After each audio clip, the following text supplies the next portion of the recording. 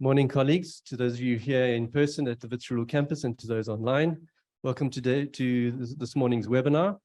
I'm first going to hand over to Professor Imran Valodia to give a word of welcome, and then I'll introduce our guest speaker for the morning.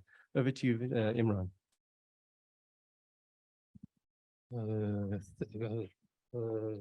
I'm great, Wayne. Thank you. One of the key roles that universities can play in the kind of climate challenge is to really assist with kind of how we think about the problem, and also to kind of provide evidence-based kind of research so that we can make the right choices and that we can inform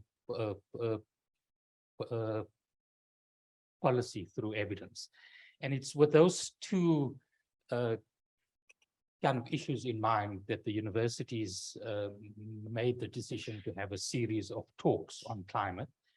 And we want through this to kind of share within the university community, but also kind of outside the university, the best of the thinking and evidence from academics at Wits, but also from partners of ours internationally. So some of you would have been part of the first lecture in the series that was done by Achille Mbembe a week and a bit ago.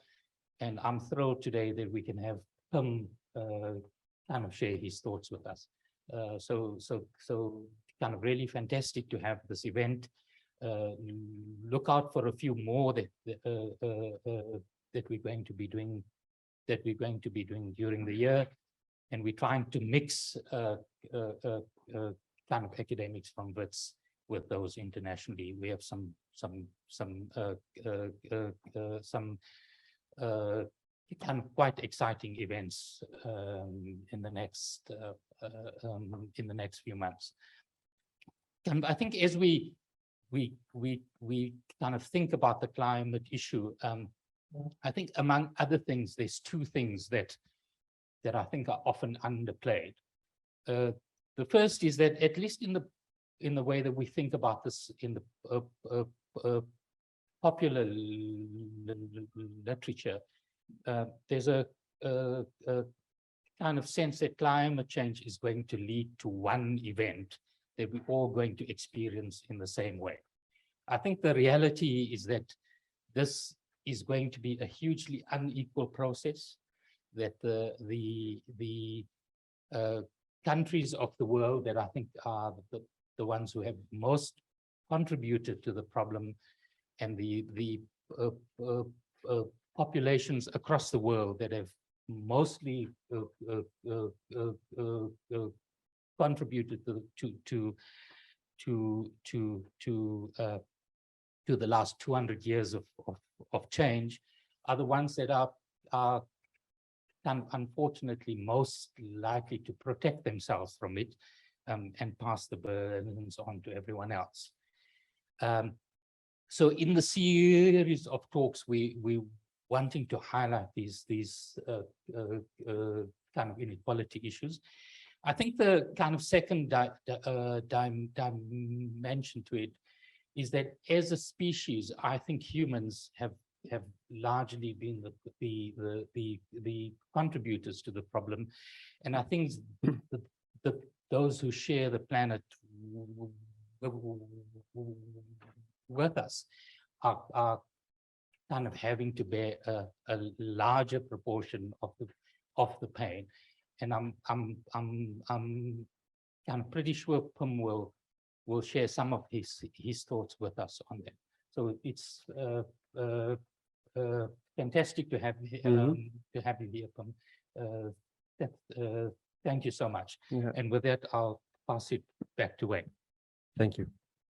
Thanks for the words of welcome and good food for thought. Thank you, Imran. So, colleagues, it is my pleasure to introduce our speaker for today, Professor Pim Martens from Maastricht University in the Netherlands. Prof. Martens has a PhD in applied mathematics and biological sciences, and he is Professor of Planetary Health and the Dean of the Maastricht University College Venlo campus. Pim has been Professor of Sustainable Development for 18 years, and he is currently the project leader and principal investigator on several projects related to human-nature relationships and environmental change and health. Furthermore, he serves as a member of the Royal Netherlands Academy of Arts and Sciences Planetary Health Committee, the advisory board of the Life Science Zurich Graduate School, and advisory board of the Natural Resources Institute of Finland. For 9 years, he has been the director of the International Center for Integrated Assessment and Sustainable Development, and has been a member of the Dutch Health Council. He was the founding director of the Maastricht University Graduate School of Sustainability Science, and he initiated their MSc program in Sustainability Science and Policy.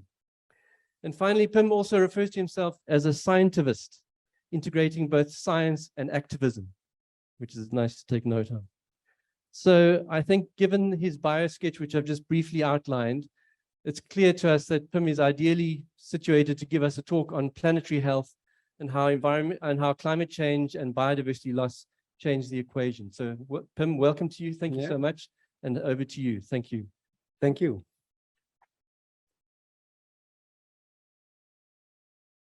Thanks for the nice introductions. I've worked on climate change, health issues, and biodiversity loss, all these connectivities for the last several years.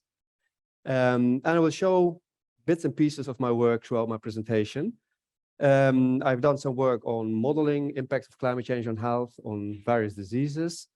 I did some work on how biodiversity gives us some functions, ecological functions we all need to survive and to live. And of course, interrelationships. And I also tried to give a kind of a glimpse at what we did with our scenario analysis, what future lays ahead on a more kind of a global scale. This is a protest in the United States several years ago, and we had similar climate marches throughout the world, I think. In the Netherlands, I also walked the march with my students in Maastricht to protest about the increasingly alarming impact we see due to climate change. And I think we all face it. It's quite funny. I'm now here in South Africa, although it's winter. But in the Netherlands, my children, they at me, it's 35 plus degrees, and they expected even warmer periods by the end of the week. And in the UK, I think there was a 40 plus day a few weeks ago. So actually everything is also drying up. We haven't had rain, considerable rain for almost 3 or 4 months. So it's being impacted everywhere. It used to be that I gave my presentations and I had pictures of floodings in Bangladesh, droughts in the Horn of Africa. But that doesn't hold anymore. It's just like everywhere. We had a huge flood in the part of the country where I live in the Netherlands last year around the same time. So then we had an extremely wet summer and now an extremely hot and dry summer. So I think climate change is, amongst others, a health crisis. Of course, more than just health only. But I'm a little bit biased from a health perspective because I have been trained as a health scientist and I've worked quite some time on health-related issues. And I think that, and the reason I show this picture always on front, is that although I will focus my presentation on climate and health and biodiversity and health, there's of course more that impacts our health. It's just not the climate or the environment. It's a kind of a complex connection between many things we are living in or at. And I also really think that health is a kind of a very good integrated sustainability index to show us how well we are doing as a society, as an economic commodity, as a kind of how our environment is doing. And that's reflected by this slide. So everything also interrelated with each other, by the end of the day, has an impact on our health, on population health, but also on individual health. And having said that, unfortunately, it's also a quite late indicator. So if you see a change in the health of population, very likely changes in ecosystem dynamics, changes in climate, changes in economics already have occurred. There are sometimes several delays in, and finally we see it reflected in our health. But I really think that health, and it's not only, by the way, human health, which is the key input of my presentation, But I'm also very much interested in the relationship between human, animal, and plant health, because they're all interrelated. We see in the COVID crisis, I think, a good dimension of how human and animal health are related. Of course, crops are also experiencing other diseases due to climate change.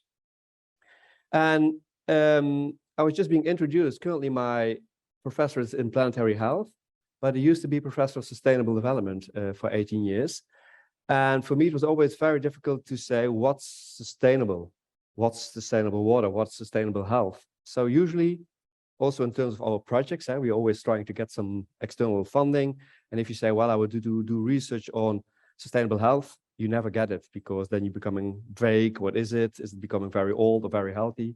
But if you talk about symptoms of unsustainable health, water management, whatever you have, then it also becomes more concrete. Again, it can be somewhat difficult, because then you focus again, although sustainability is quite complex, but it still gives you, I think, a better feeling on what the issue are. I think most people would agree on sustainability, then they would agree on sustainable.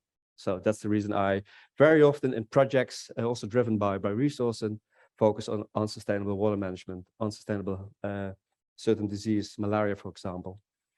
So you can look at unsustainability. And of course, the COVID crisis is one of the key examples I sometimes use also in my lectures, in my classes, to illustrate how human animal health links, how our increasing movements around the world, coming from the Netherlands, being here, all has an impact on spread of disease and on our health. The same you can say, of course, with animal health. Where it was so nice also to mention the kind that I call myself a scientivist. And the reason I do that deliberately, because in the Netherlands, we have a debate sometimes between people that think that as a scientist, you should stick with your science, actually just doing the science and stick to that, publish in peer-reviewed journals, and that's it, which I think is a good strategy. You can do that, why not? There's nothing wrong with that. But personally, I think, especially if you're working on very social relevant issues like climate change, like plastics, like biodiversity loss, I think for me, it would be quite unnatural to stay in my silo of the university. I more and more have the need, next to publishing it in scientific journals, of course, but also to move out, to walk the climate march with my students, with some colleagues find very strange to do, to write blogs about how we should try to avoid climate change. So trying to be more active also in the way we treat animals. That's also kind of a, well, not a hobby horse, but a research I'm also very much interested in. So trying to avoid the bioindustry, trying to avoid laboratory experiments on animals if they're not needed. So all these kind of things, in some cases, I really think you should, as a scientist, move out your academia as well. But of course, there are also disadvantages and challenges attached to that. If you're interested, I can tell you all about that. But anyway, so human and animal health are related. And this is part of the things I've worked on in the biodiversity work, extinction of species, but also very relevant in the Netherlands is, of course, livestock. We have a huge discussion now on nitrogen emissions in the Netherlands, and that the farmer should probably even reach the news over here, maybe, that farmers are very heavily protesting against the measures the government wants to take to decrease nitrogen emissions, which is very bad for biodiversity and for nature. And the reason I'm so much interested to integrate human and animal health is that, and probably you know this, that the majority of the infectious diseases we see in the world are between human and animals. They are zoonotic. And you see some of the newest ones, like COVID is not even displayed on this map, but there are many, many diseases, and I think it will increase in the future, where we see that our interaction with animals in very often not the way it should be, I think, will increase the number of emerging infectious zoonotic diseases even more. And as said, with our increasing travel behavior, that also increases the risk of a pandemic, a rapid spread. Well, as said, I can use the corona crisis, the COVID-19 virus, as a perfect example of all the things I taught also to my students the years before. I said, well, it's just a matter of time, a zoonotic disease will emerge, and here it comes. It's just a matter of time that our interaction with animals leads to another major pandemic. Here it comes. But this slide, I just want to illustrate that I don't think it's over yet, not only corona-wise, it's still looming around, but of course, as you also saw in the previous slide, there are many other potential zoonotic diseases that may emerge. And for those of you who don't recognize it, this is the Netherlands, the country, and we are actually one of the highest cattle-human dense country in the world. And we had a small epidemic, a zoonotic epidemic, Q fever, in the late zeros, 2009. Which actually also caused several casualties. It was not as big, obviously, as the corona pandemic, but just to illustrate, it can happen everywhere where we come in very close contact with animals. And it's not only wet markets in China that are sources for these kind of pandemics.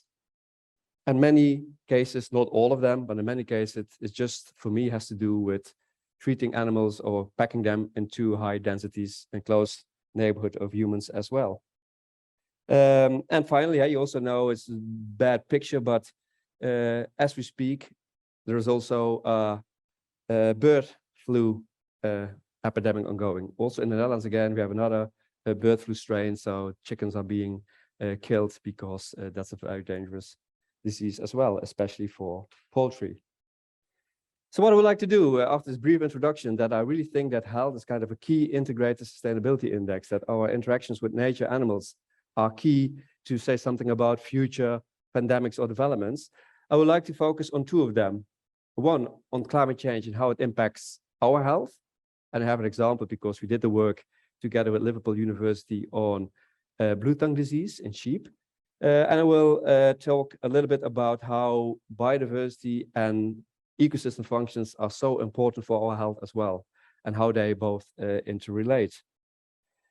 So let's start with climate change. Well, this is a kind of a picture. I hope it works. Be very careful not to change anything in. Oh, well, here we see how the global temperature deviates from long-term average. And I think it's no surprise. We are in the beginning of previous century. And you don't need to be a rocket scientist or climatologist to see that something is happening. Not yet, but you will see. The changes in climate, global, over the last several decades. And you see it's becoming redder. So every year we see a bigger change compared to long-term averages. And that has to do with, of course, global warming, emissions of greenhouse gases we all do as humans, cutting of trees, and it leads to extreme heats, extreme droughts, extreme rains, all these things we all are experiencing already as we speak. And climate change has not only health impacts. I already mentioned that. I will focus on health today, but you also know that the agriculture is impacted. And again, I used to have the examples of the Midwest of the United States, but I can also talk about my own country, the Netherlands, where we really have a water shortage. It has an impact on forests. I will talk a little bit about species and natural areas. And of course, all these things are also impacting our health. And it's quite funny. I was discussing with Wayne the other day that in medical schools, in health curricula, not many universities have planetary health or climate change and health as part of their training and teaching. And I can imagine that because they're already packed with all the other important stuff, like autonomy and what else you have, clinical science and these kind of things. But it's changing. I really think that also in my own university, students are asking for that. They want to learn next to the traditional things you need to do as a medical doctor. They also try to learn about planetary health because they have the interest. And of course, they also see more and more people that are being impacted by that in terms of their health. And the reason why also I took in many cases in my work a kind of a integrated systems approach, I call it, a mathematical approach, is because it's not that easy. It's quite complex. Here are the interactions between climate change and human health. And you can see it can be quite simple, relatively simple, if you talk about heat waves and urban heat waves where more people die due to heart disease or strokes. We have done some work I will not show today, where you can have a statistical analysis between extremes and mortality rates, and you can find some patterns in that. But the more intermediate processes take place, like agriculture change, like insects that play a role in it, the more complex it becomes, because every step introduces another uncertainty in the process. And I think that mathematical modeling, especially with the computers we have today, is one of the best way to do that. And I always compare, you're not my students, but I will tell it anyway, is that when I did my PhD, I had 100 megabytes free space on my computer. Can you imagine? So, and I still did the modeling work, and now it's becoming so sophisticated. Data is becoming way better, which is not always a good thing, by the way. You can also be overwhelmed with data. But I think that integrated analysis, modeling, mathematics, complexity, all these techniques can help a great deal to understand the complexity, how climate change impacts our health. As said, I will talk about three diseases slightly. I will not go into depth. One is an animal disease, blue tongue in Europe. The other is mapping the mosquito. So not talking about health necessarily, but talking about the Asian tiger mosquito that can transmit, as you may know, dengue, chikungunya fever, and other diseases. And more extensively is also the disease I did most work on, climate change and malaria modeling. So very briefly, this is a blue tongue, which is a viral disease in sheep in many places in the world. It's being transmitted by an insect, a midget, a very annoying little insect. And like with all the other modeling stuff, we use the basic reproduction rate, the R0, as a central element in our approaches. And again, don't be scared about the equations, but top left, you see it for blue tongue disease. But basically what you can have, you know that if this figure becomes above the number of 1, the disease can spread. If it becomes below 1, it dies off. But the most important thing is that for every infection disease, you can have these kind of formulas. And there are some climate sensitive variables in it. And you can imagine if you know that relationship and you know some other data, you have climate change patterns, then you can say something about changes in risks. So that's basically the approach we followed for all these diseases. Again, this was a project together with the University of Liverpool. The reason it's focusing on Europe because it was European funded, and then usually focus on Europe. But anyway, if you just glimpse from left to the right without going into detail, you see that this map becomes more red, meaning the risk increases. And an anecdote to tell, talking about being scientivist or talking about not being listened to as a scientist if you tell something you find, which is not convenient for many people, is that we presented this work on a workshop in the Netherlands in the early 2000s. And actually our model, as you showed in the previous graph, said, well, hey, be careful, the disease may go up in Europe because it was restricted at that time to the southern part of the continent. And no, nobody thought, no, don't worry. We never had it in the Netherlands, so we don't think it will ever take place. And you see in 2006, unfortunately, our model became truth, that actually for the first time ever, blue tongue disease became prevalent among sheep, and now it's going even further to north to Scandinavia, mainly driven by changes in climate. So, and I can tell that story, that you present something, hey, be careful, a certain mosquito, certain disease may come to that and that region. No, and then a few years later, unfortunately, it takes place. So that's an animal disease. And of course, an animal disease is somewhat more easy to model than a human disease because there are less confounding factors. And my colleague in the UK always said, well, a sheep in Wales today is basically the same sheep in Wales 200 years ago, except for maybe better medical treatment or antibiotics, but nothing else changes except the climate. For humans, of course, more things have happened in that time. Another example is the Asian tiger mosquito, the mosquito being able to transmit these kind of diseases. Here we focused on changing in vector suitability. So that's even a step before talking about human infection rates. But that's also very important to do. And of course, I'm not an entomologist. So we did that together with entomologists from Wageningen University in the Netherlands, but also again from Liverpool. Well, this is the distribution. It's originated in Asia, and through mainly ships, the mosquitoes and its larvae arrived in other places in the world, and then it spread around. And also in Europe, mainly again to the south, due to the warmer and more favorable climate in that part of the Europe than to the north. But again, same picture, and therefore I only stick with 3 because I can repeat myself over and over again. Same picture arises when climate changes according to the climate scenarios the climate modelers provide us. You see things becoming worse, more favorable, more risky in terms of these insects and the diseases they spread. And that goes for the species in Europe that actually are moving around. And the same, so we presented that also to the Dutch government, being part of the Dutch Health Council, and they were quite, okay, we don't think the tiger mosquito will ever come to the Netherlands because blah, blah, blah, blah, blah.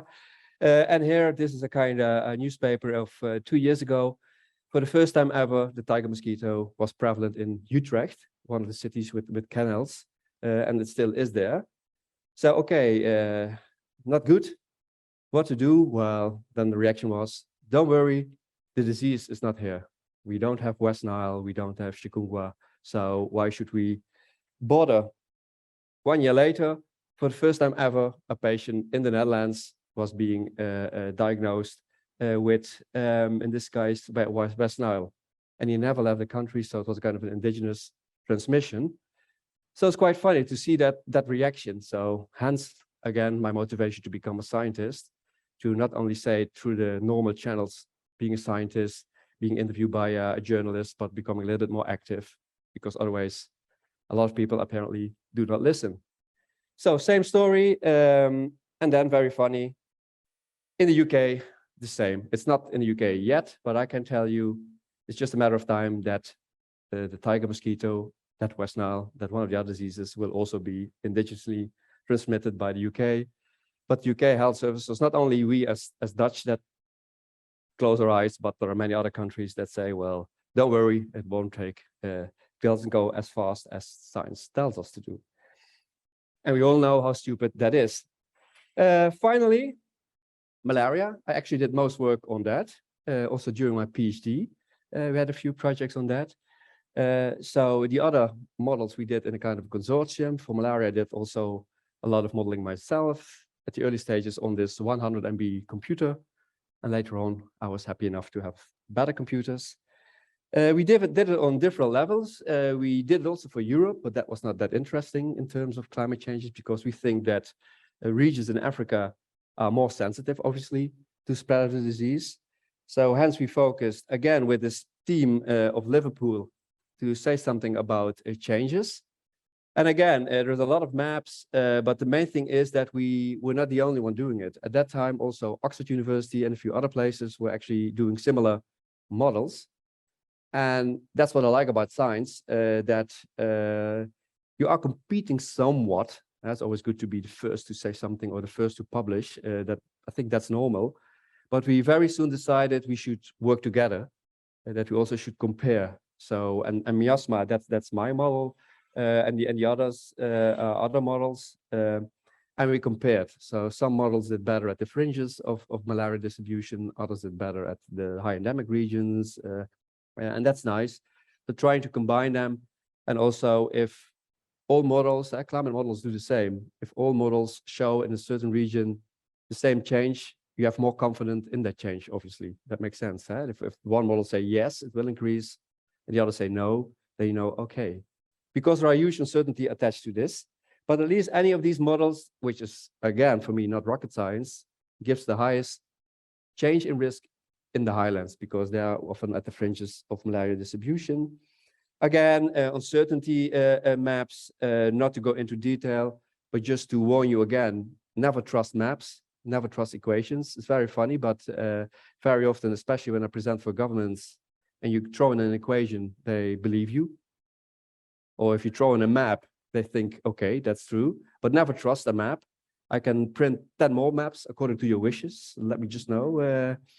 But that's a very maybe simple remark, but I'm still amazed how appealing it is, or how scientific suddenly it becomes if you have an equation instead of doing questionnaires or interviews, which is for me similar, valid or invalid, depending on how you do it, of course. So these are just maps illustrating, without going into the details, that there are still huge uncertainties attached to climate modeling. I was lucky to be part of a team at that time in a project we did for Kenya. It was a Dutch finance project. We did it with Wageningen University and with KEMRI, the Kenyan Medical Research Institute. And actually, we tried to get, it was almost 15 years ago. So it was still at a time where all these data, I think, were quite emerging. There still had people started realizing that to make the estimates better, we really need data. You just cannot sit behind your computer and do some modeling. You need also to validate it with some groundwork. That was my colleague, Sander, with the hat. And we did it in 3 villages, Kericho, Fortunen, and Miwani in Kenya. 5-year time period, and then actually collecting data and saying what will happen if you impose a climate change scenario on that. 2 things. When we were there in that time in Kericho, so that was the highland village, for the first time ever, indigenous malaria was diagnosed because it was extremely warm. So it was already an indication, not a proof, but an indication that climate has an important role, of course. And the second thing, I was also talking to Wayne about that because we had a tour around the field sites yesterday. I became, and I still do, so much appreciated of field work. I'm a mathematical modeler, so my colleague Sander, he worked for a year, and then I had a single graph with a month of no data because the car broke down, and I had just put a button and I had another line of data from my modeling results. But it's so important to validate the things you see from your model. And I think that's a step we are still very much in need everywhere. Very happy also to be part of a Dutch project where we're trying to go to the rural areas, talk to people and trying to validate as much as you can what you actually see. And especially also talk about what you can do about it. Because it's not only about saying, well, things are happening, we know, but what can we do about it? So that we did in Kenya, in Kericho. Together with Monica and others, we did a kind of a analysis of South Africa, scoping for risks and vulnerability. And again, I have a few maps from that report, also for myself very often, but also for you to, again, illustrate the importance of not only looking to a single variable. You can look at economics and health status, and you can have nice things, and you have these bell-shaped curves that if you grow income, you have these kind of diseases, and if you have less income, you have that kind of diseases. With climate, it's the same. You can do a lot of statistics and analysis, but be aware there are so many other factors impacting our health, which it's not that easy, and I learn it every day. That you think, oh, okay, well, that's simple. Heat waves, more vulnerable people. Okay, and then in the Netherlands, we try to accommodate in the early days the elderly when they advise use a fan if it becomes too warm. Well, that's not a good strategy, obviously, because they dry out if you sit in front of a fan every day. So there's so many things that are part of this complex equation that climate changes. I'm always very careful. It's always another dimension, I think. And I think this report did a very good job in actually making the point that it's quite complex. There is a complex set of factors influencing people's health, and it's not only climate. Another thing, and to be honest, I know there's a lot of interest in climate. Personally, I think on a global scale, that the decline of biodiversity leading to change in ecosystem functions is probably an even bigger issue for our health in the coming years. They are related very heavily, obviously. Climate change has an impact on species and how they distribute. And healthy ecosystems, they have more resilience to deal with extremes. They have also a lot of functions to help us, humans. And again, a local example, we are not a hilly country. But where I live in the south, they call it the Dutch mountains. It's slightly hilly with some agriculture on it. And with some heavy rains, everything floods down. But if you just have a few trees on that, again, no rocket science. It helps hugely to avoid flying these things off. So very important to realize, and then I would like to say something about that as well, that biodiversity is so important for us as well. And I'm not talking only about this. Of course, being here from Europe, I also play the traditional tourist, going on safari and doing all these kind of things. So I think this all things we like to see, just visually. But it's not only that biodiversity has an aesthetic value, it is also a real value for us to survive and to live. And before I come to that, I will briefly talk about a little bit about what the problem is. Well, climate change, I think, is quite clear. Right? We see an increased temperature with all kinds of changes in our climate variables. But scientists also call the current decline of species the 6th wave of extinction, the 5th being the dinosaurs going extinct.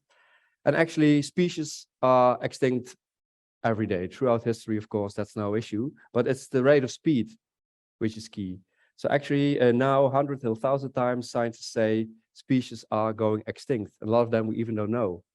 And you can imagine that that's not a good thing, not only because it would be a shame that some of the species we know now would go extinct, but also there is a lot of value they give to us through ecosystem services or through themselves. Again, coming to this complexity, I see parallels very much with climate change in terms of research. First, some people say, well, hey, it's important. And then everybody was looking, okay, why? And then people start looking to it, finding out how complex it is. And then everything just continues in terms of changing our climate. And then the more we know, and suddenly we are too late, actually, to avoiding it completely. And I think the same applies for biodiversity loss. We are now in a phase that we have a kind of feeling how important it is that we need to have a very resilient ecosystems to provide us food, clear water, protection to floods and these kind of things. But we now know exactly how this web of species interacts and what will happen if what species is taken out. So they are important. And of course, the trick is that, like climate change, we probably find out when it's too late if we don't pay attention. And they are crucial for human and animal health. So the relationship with biodiversity and ecosystems, I will explain in a bit. But ecosystems, they provide us with basically everything we need. They provide us with security. They can provide us with food, obviously, healthy ecosystems, clean air, clean water, protection against storms, if you're talking about coral reefs, purifying the air, if you're talking about the Amazon rainforest. So there are a lot of ecosystem services that are very, very important for our health. And of course, that's for animals. They are part of it. And I think there's no sound here, but there's no problem whatsoever. But I compare and I explain to people, so how is the relationship between species, biodiversity, and ecosystem services? I always try to explain it with music. And the reason I do so is because my children, they play the piano way better than I do. So sometimes I ask the piano teacher, can you give me a nice song? And I get a very simple one, just a simplified version of, for example, Eine kleine Nachtmusik from Mozart. But you can still recognize what it is. So, okay. But you can imagine that if you have a concert, a partiture, a certain music, and you take out one note, okay, you still recognize it. You take out another, and another, and another. At a given point, you don't recognize it at all. You just hear something in the back of your head. And I think the same applies for species and ecosystem functions. So you have an ecosystem and you can take out one species. Very often it will then be replaced by similar kind of species. You can take out another species and another. And at a given point, the ecosystem loses its integrity. And then it usually flips. It has different functions. Sometimes it's even not restorable anymore in its original shape. And I think that's the case. And it goes obviously on every scale. You have nested ecosystems. A pond is an ecosystem, but tropical rainforest forest is an ecosystem as well. So, and we don't know exactly on what level do we see the integrity of the ecosystem collapse or changing. And that's, of course, very important to realize that there can be a huge issue in the near future. And just to give you a few examples of things that we are missing, which are important for ecosystem functioning. For example, you have an ecosystem. You have in ecosystems, you have a lot of undiscovered resources, not only probably for genetic resources to have crops or whatever you have, but also for cures for diseases. So there are some resources in coral reefs, for example, that can cure or at least reduce Alzheimer's disease and or cancer. And one of the key things, we're talking very often about changes in tropical rainforests or land, but I think a huge problem for us in the future, even I think in terms of climate, but especially in terms of biodiversity loss, are the oceans. We do not know that much about oceans. And oceans, again, are very heavily impacted by climate as well.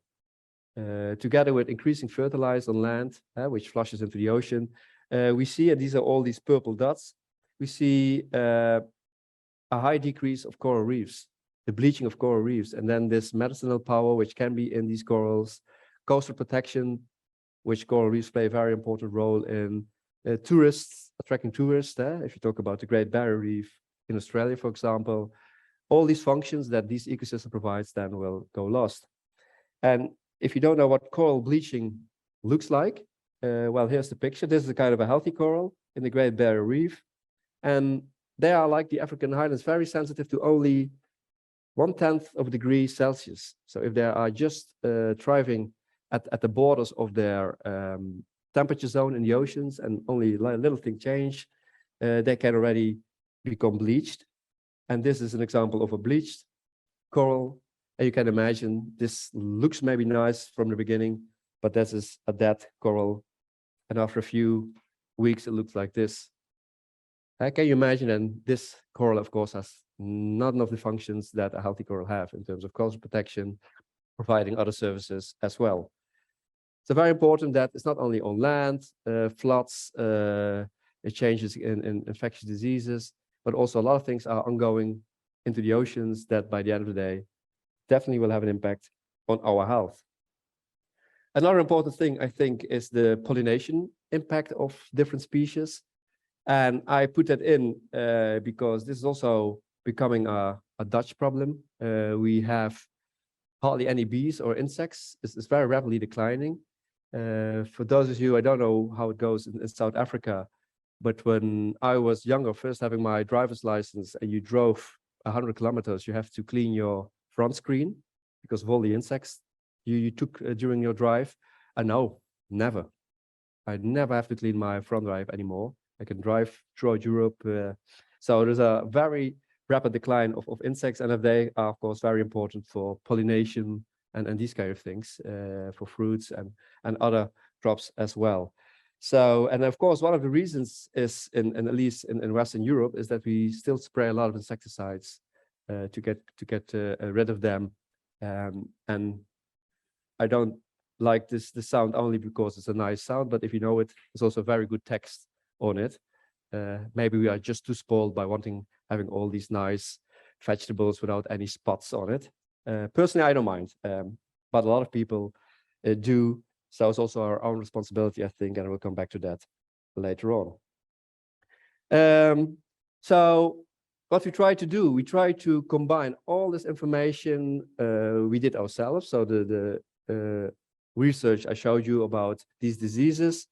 We also took all the global reports at that time. This is work we done, I think, 5-6 years ago, because we were asked what's then laying ahead of us. You can do model exercises, but usually these model exercises are single issue exercise. My model looks at climate change and malaria, for example. So that's one issue. But you know, you have the IGPP, the biodiversity group, you have the IPCC, the climate change models, you have the World Economic Forum, they think about economic developments, and they all use scenario analysis. You have the water, WEF, the Water Something Else Forum. So a PhD of mine, she took all these reports and looked to similarities. It always sounds easy to do a scenario analysis, but in fact, it's quite some work to do it in a consistent way. And we try to look at all the futures these reports proposed and link it to health in a semi-quantitative way. And usually you have, oops, it goes too fast. Usually you have several futures these reports propose. One of them is the business as usual one. So focusing on economic growth, having a certain population growth, technological development. Well, basically a scenario we are roughly in at the moment, just focusing on economic growth. We still have climate change. We don't know what to do. And then if you talk about developments in economics, water, climate, and these kind of things, we thought, and if you combine that the developed countries that are currently able to have a proper health system, they may take care of the increasing pressure we will see due to Corona, for example. But of course, there are still a lot of countries that are not in the stage that they are able to do that in regions within a country. So they will still face this emerging diseases kind of thing. So this is a kind of a business as usual scenario, but you can also have a kind of a worse scenario, a scenario where we see less equality within countries, but also between countries, where you have even rapid climate changes and biodiversity decline than we see now. And although I said just before, maybe we're on the business as usual scenario, sometimes I think we are more in that scenario at the moment, where we actually see decreasing economic growth and we see decreasing globalization with the war in the Ukraine, with China, so I don't hope so, because in that future, we think, if you look at all these scenarios the other groups propose, that even the richer countries will have huge difficulties combating these new diseases. And in fact, Corona was already something like that. Of course, you're always very positive. You always need to enter the positive message. You can also have a sustainable future. And also these reports try to say something about that, where you actually try to increase social and ecological consciousness, trying to decrease inequalities within a country, between countries, where you try to stabilize climate, trying to avoid losses in biodiversity. And in that future, there of course will still be diseases. We cannot live in a world without diseases. I think that's kind of a utopia.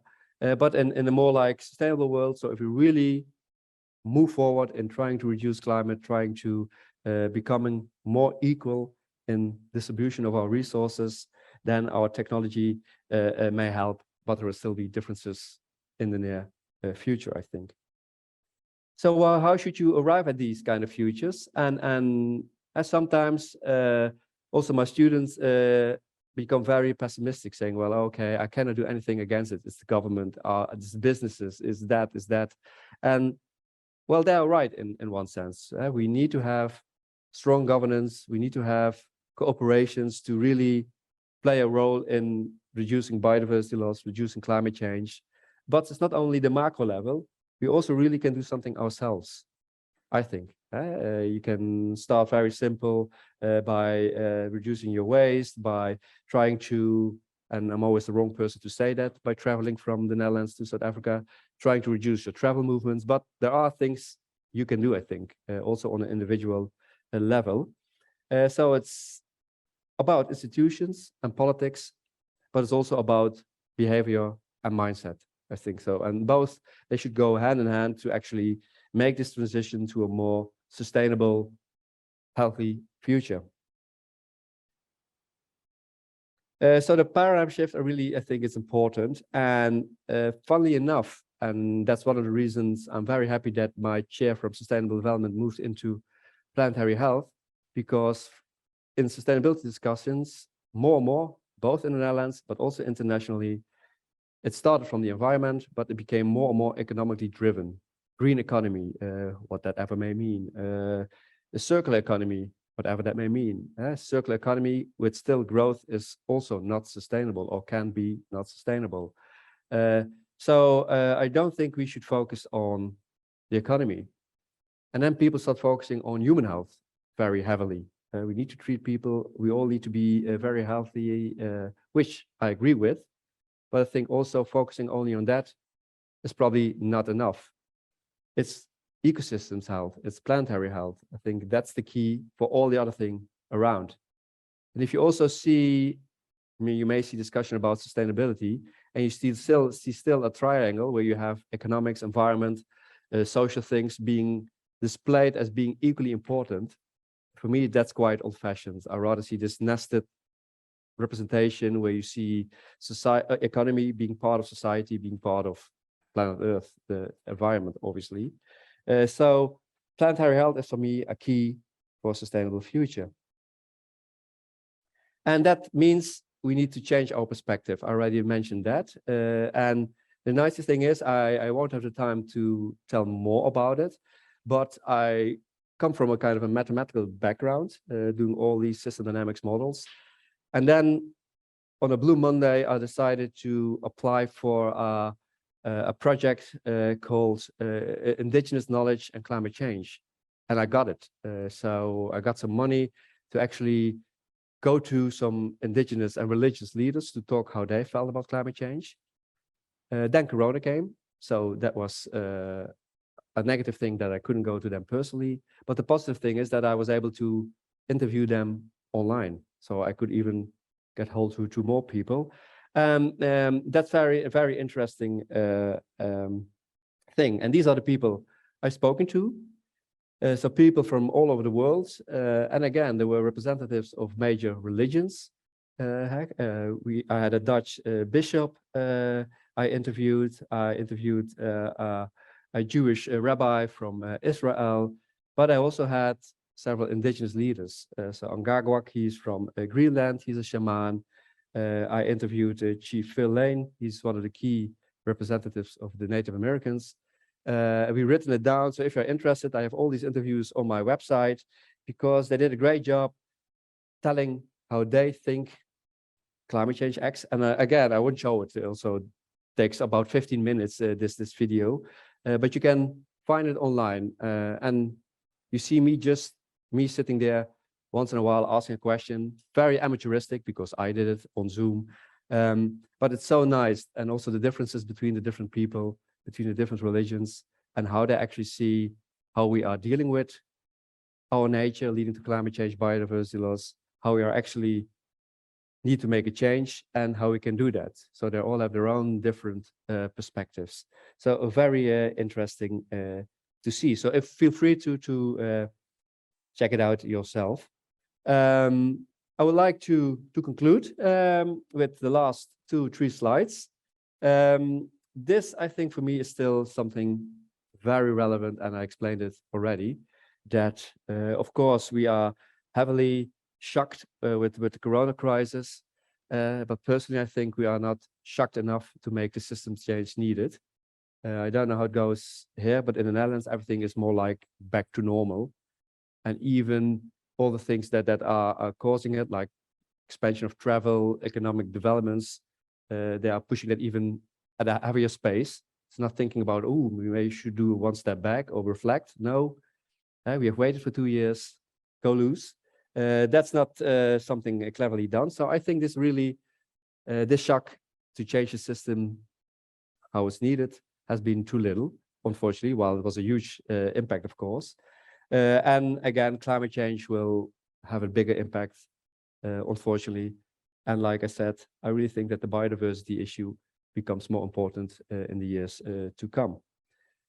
To close, my final slide is that, okay, what can we then do as scientists? And this is a quote of Gus Speth. And I really like that because I try to do my best to say something about, a little bit about behavior, but mainly about environmental changes, about health services, how we can reduce disease. And then actually, probably the most important factors that lead to climate change, biodiversity loss are selfishness, greed, and apathy. And hence the reason I was very happy to interview these spiritual and cultural leaders to at least find out what they think about it. Not that I have an answer, but I think if someone pretends to have a full-fledged answer, I wouldn't trust that person. I think the answer is quite flexible, adaptive, and we need to do it with all of us. And that will be kind of, I think, a heavy task for us to do. So again, you can check the videos on my website if you want to. And for the moment, I thank you a lot for listening.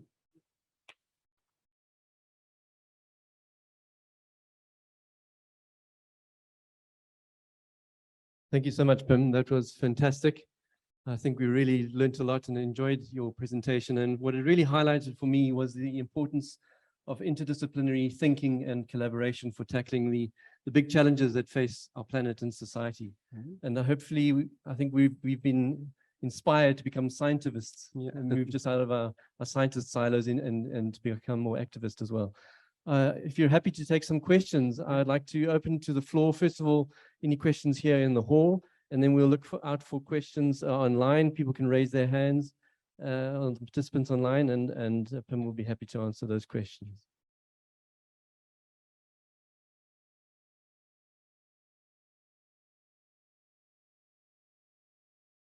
No questions. Oh, there's a question over there at the back.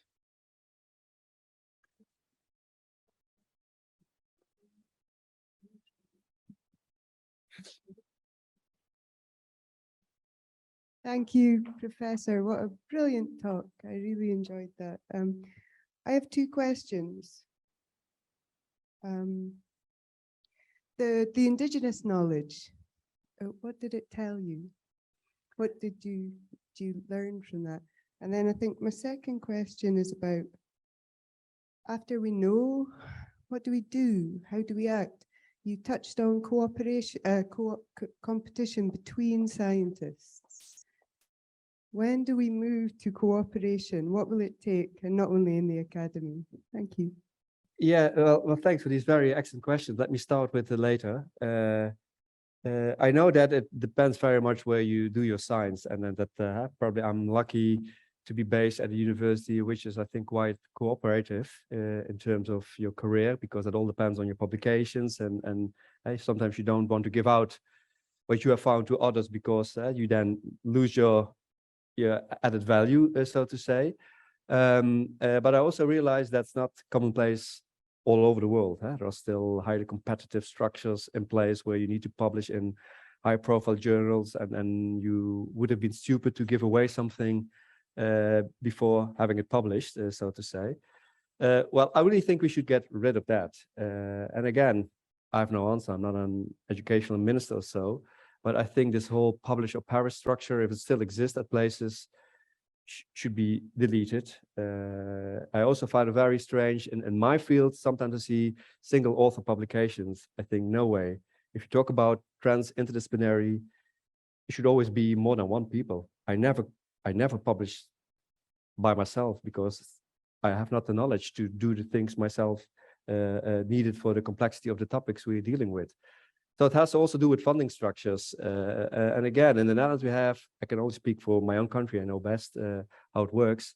There are developments not to become less competitive in that sense, because not only publication, but you all probably struggle with getting research money, also very competitive, very time consuming, and probably we all would take that time to do the research and not to write what we want to do. And by the end of the day, don't get the money to do that. So that is rather a waste. So it has to do with financial, I think, ways to fine-tune that. Coming back to your first question, the indigenous leaders. Well, it depends. We saw roughly a distinction. I interviewed religious leaders and representative of indigenous populations. Well, all indigenous leaders, they wanted to giving nature more respect. They respected nature way more than we do.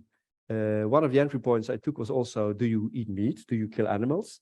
And they all did, but never more than they needed, in a very respectful way, which is in a huge contrast to what we do in the Netherlands, for example, with the huge bio industry. So that was one. And the other thing is, what struck me is that they consider themselves more to be part of. The picture I showed, that is not like the more probably a Catholic, Islam kind of point of view, that we are on top of the animals and we need to take care of the other species we live with. They consider themselves to be part of it. Two things I would like to add. They don't see themselves as kind of we are the most romantic society or cultural plan we have. No way, there are lots of difficulties with their traditional point of views as well. And the second is that there is an increasing amount of research in how views of indigenous tribes all over the world can help us to protect biodiversity, especially. It seems that although they live in rather marginal areas due to all historical kind of things, they still manage to preserve biodiversity quite well. And even they need the land as well for their own consumption. Obviously, they also need to eat and to live. So I think there's another trajectory, and I know that more and more people are diving into that. What can we learn from traditional knowledge to feed ourselves while protecting the environment in a better way than we do at the moment in many places?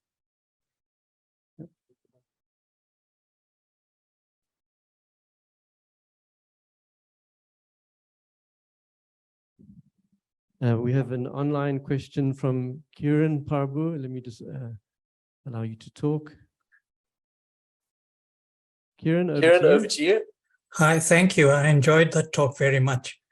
I'm not a mathematician, but I'm going to ask a question, and perhaps you can help me answer the question. Is there such a thing as a biodiversity index? And is there an equation that relates this index to behavior? Oh, well, that's a very good question. That there are a lot of indicators.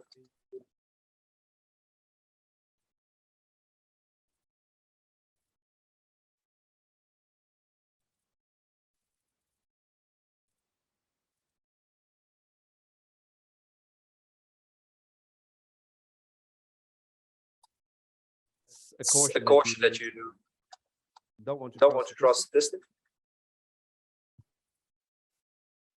Very fun to hear myself. Here we go. So there are studies.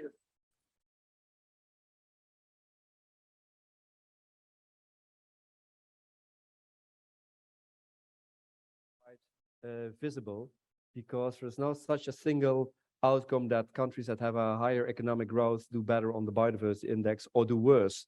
Countries that have higher biodiversity have a better health. That's on a country level very difficult to find out, and that's also quite obvious, I think, because it's all globally related. So if you have a country with a huge biodiversity regions in the world, it doesn't necessarily mean that they have a good health. So you can make that a relationship, but you also shouldn't turn it around saying, well, okay, then biodiversity is not important, because most countries that have lower levels of biodiversity are doing quite well in terms of their health. And again, my own country as an example, we have nothing basically left from original forests or so. So biodiversity levels are pretty low, but our health is pretty high in terms of these lists. But I wouldn't claim that, okay, so get rid of all your forest to become a little bit more healthier, because we obviously took advantage of all the things we did in other parts of the world as well. Now, everybody is connected in terms of trade, and the most thing in the Netherlands we eat or consume are not originating from our own country. So it's a very complex relationships. And there are some studies done on that, but there's also still a long way to go.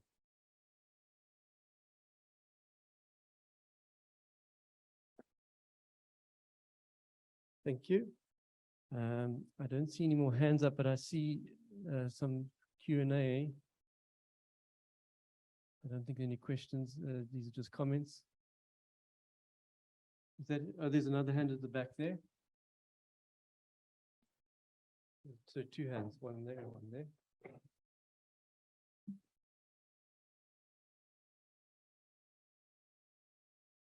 Thank you. Thanks very much for that talk. It was great. It was really interesting to hear. I just wonder, time's against us. What short-term incentives would you put in place to encourage mass participation in a planetary response? Well, for me, that question you have relates very much to what actually I think we will do in the Netherlands, and I think also is ongoing here, is to involve citizens, involve local populations. Too often, I think that climate measures, for example, are being posed in a top-down way. I think it's still needed, because governance can put taxes, or they can put measures or legislation towards companies that emit too much. But I think many of these things are then dilute again. So one thing I find very important is education in the broader sense. So not only teaching the traditional students at high schools or universities, which is still amazing that in the Netherlands at high school, there's not such a thing as environment or climate change classes. No, they're still very traditional, mathematics, and well, you know, all that, chemistry, these kind of things, which amazes me, sustainability. I think there's, in Europe, there's now one school in Italy that's trying to do that on high school level. But it's not only, I think, students, it's also the bigger public, I think. And if I look to myself, and maybe that applies to you as well, for me, it's a kind of a culture shock if I teach in front of my students, if I work with my colleagues, which are all doing basically similar things than I do. And when you have your friends and your family that are not being trained climate scientists or public health scientists, the misperception about what it is. If we had a very severe winter, everybody would say climate change. It's cold, so who talks about climate change? So this misperception, I think that's the first start to realize that there is something ongoing. And I think next to that, so educating people, doing things yourself, for me, and I think that will apply globally, the media always play a very important role. And at the moment, I think they're doing a bad job in many cases, giving the good examples. But my mother still thinks that 50% of scientists thinks climate change is a problem, and 50% climate change is not a problem, because in every talk show, you see one person saying, well, hey, be careful, and one, no problem. So that, and it's not 50-50. So it's also sometimes deliberately being distorted, I think, by huge companies, how people perceive these issues. And if you don't know, you will not act.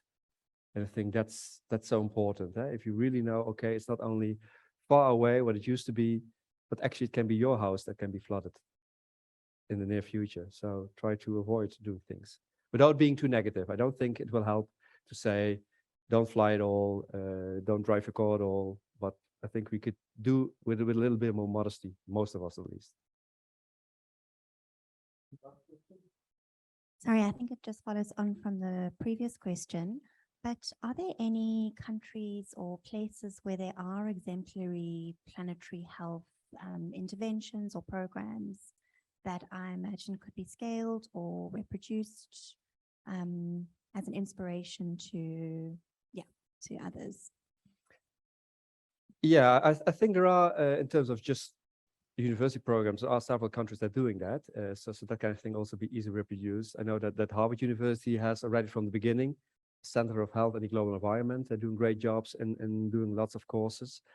If you talk about real implementation, like a country level, I know that one of my former PhD students, he now works in Costa Rica. He's from that country. That they're doing a pretty good job in making the country sustainable.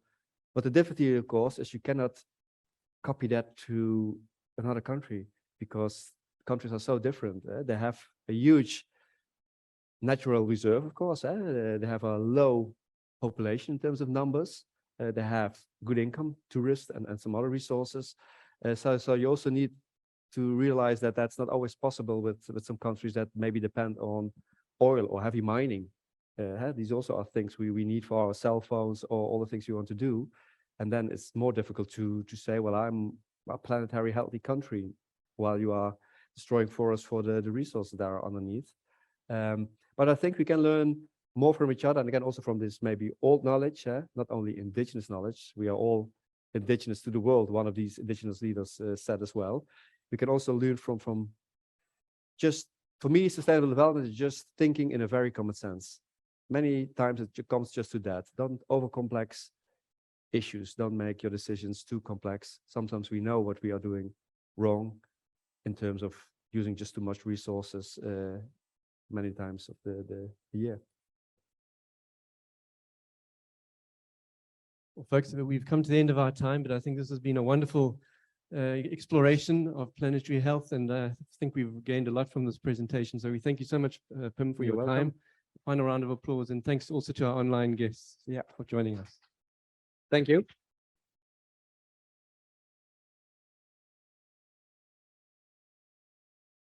So I think we're hereby closed. So thanks very much, folks, for joining us, and the workshop that's happening on the Agincourt and climate change health research, that will be in the Hongoni Hall after tea break.